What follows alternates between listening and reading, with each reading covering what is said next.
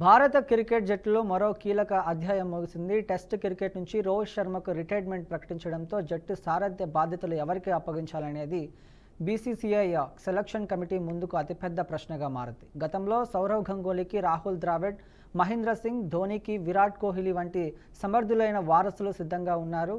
కానీ ఆ పరంగా అక్కడితో ఆగిపోయినట్లు కనిపిస్తోంది. రోహిత్ శర్మ 33 ఏళ్ల వయసులో పగ్గాలు అందుకున్నప్పుడు అతని కెప్టెన్సీ ప్రస్థానం ధోనీ లేదా కోహ్లీ అంత సుదీర్ఘంగా ఉండదని ఊహించింది.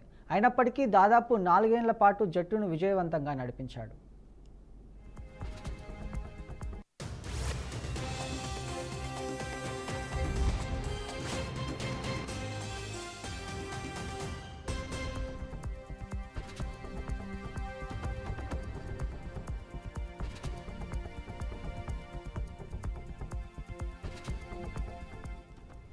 రోహిత్ నిష్క్రమణతో ఏర్పడిన ఖాళీని, ముఖ్యంగా కెప్టెన్సీ స్థానాన్ని భర్తీ చేయడం బీసీసీఐకి పెను సవాలుగా మారింది. సుమారు 6 నెలల క్రితం వరకు జస్ప్రీత్ బుమ్రా భారత టెస్ట్ జట్టు తదుపరి కెప్టెన్గా పట్టాభిషిక్తుడు అవుతాడని అంతా భావించారు. కానీ వెన్నునొప్పి కారణంగా దాదాపు 4 నెలలు ఆటకి దూరం అవడంతో ఆ అవకాశాలు పూర్తిగా సన్నగిల్లాయి. తరచూ గాయాల బారిన పడే ఆటగాడికి కెప్టెన్సీ అప్పగించడం సరైంది కాదనే వాదన బలపడింది. దీంతో బుమ్రా కెప్టెన్సీ ఆశలు ప్రస్తుతానికి అటకెక్కాయని చెప్పవచ్చు.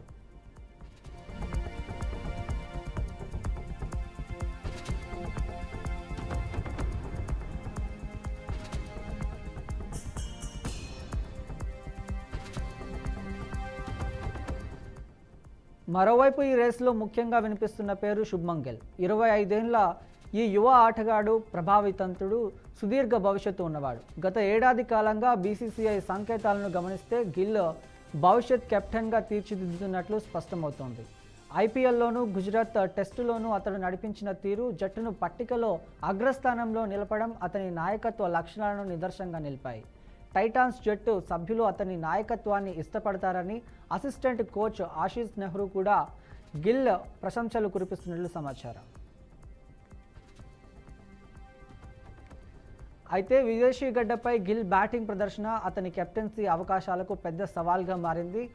స్వదేశంలో నిలకడగా రాణిస్తున్నప్పటికీ విదేశాల్లో అతని గణాంకాలు ఆందోళనకరంగా ఉన్నాయి. భారత్లో ఆడిన 32 టెస్టుల్లో 1893 పరుగులు చేసిన గిల్ 35 సగటుతో 5 సెంచరీల స్థానించిన ద్వారా సుదీర్ఘకాలంలో జట్టులో కొనసాగించాలని నిరూపించుకున్నాడు. కానీ విదేశాల్లో ఆడిన 13 టెస్టుల్లో కేవలం 649 పరుగులు మాత్రమే చేయడం అతని అభ్యర్థత్వానికి ప్రతికూలంగా మారవచ్చు. విదేశాల్లో అతను సాధించిన ఏకైక సెంచరీ బంగ్లాదేశ్పై చట్టోగ్రామ్లో వచ్చింది.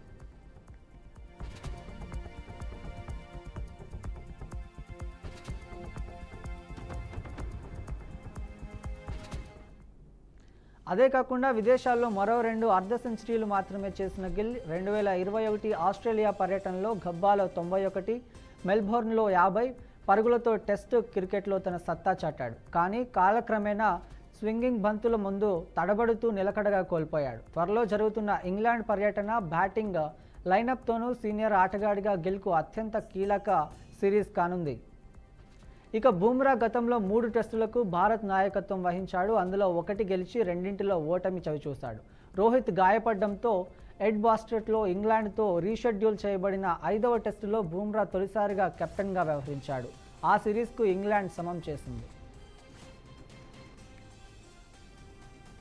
ఆ తర్వాత పెర్త్లో ఆస్ట్రేలియాపై 295 పరుగుల తేడాతో టీమిండియాకు ఘన విజయం అందించాడు. సిడ్నీలో జరిగిన 5వ చివరి టెస్టుకు రోహిత్ దూరంగా ఉండటంతో బుమ్రా మళ్లీ నాయకుడిగా బాధ్యతలు చేపట్టాడు.